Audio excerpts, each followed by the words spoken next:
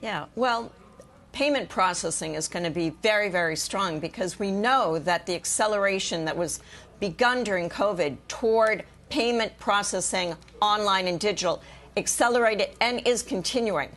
PayPal has 400 million active users between PayPal and Venmo, and that's just growing. They had so much growth last year.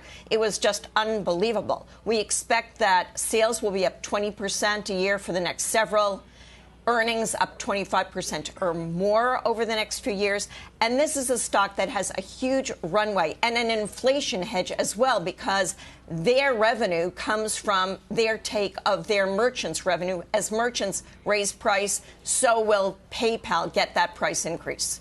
You know, I'm looking at a note today from Barclays, which is looking, Carrie, at the overall landscape of, growth and value, cyclical versus growth.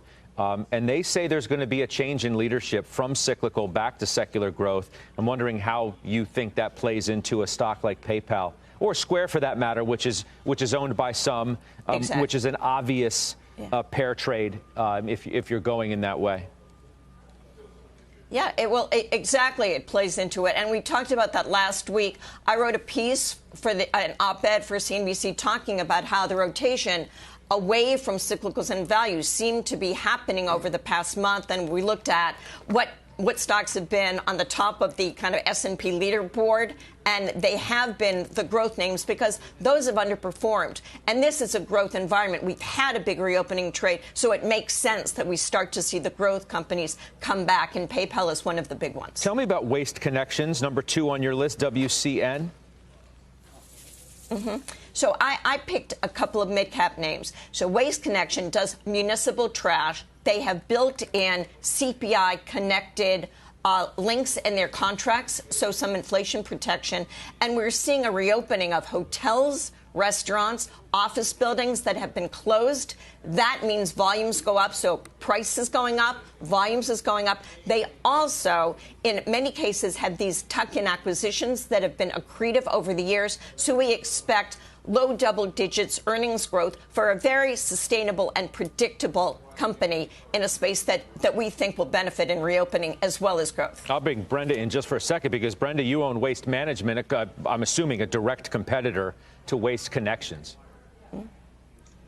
No, not quite as much, because Waste Connection is bigger business. I mean, bigger cities. Look, Brenda? Yeah, I was going to say from a geographic standpoint, there's not as much overlap as you might think, but I think thematically there's absolutely the overlap. And I would agree with Carrie, these are interesting businesses because they're very defensive, but at the same time, during a growth environment, we all generate a lot more trash. And especially if you look at, just e-commerce in general and how much recyclable product is generated during that process, I think there is absolutely a reason to own these names, both in a growth environment and in a more challenging environment. So we like the group. Okay. Carrie, lastly, O'Reilly Auto. Yeah. So the key driver there, no pun intended, is miles driven. And we've seen a lot more miles driven over the last few months because of reopening. So that plays into the company. As people keep their cars longer, they need more repairs, more auto parts. They're a distributor. They're able to pass on higher cost products to customers.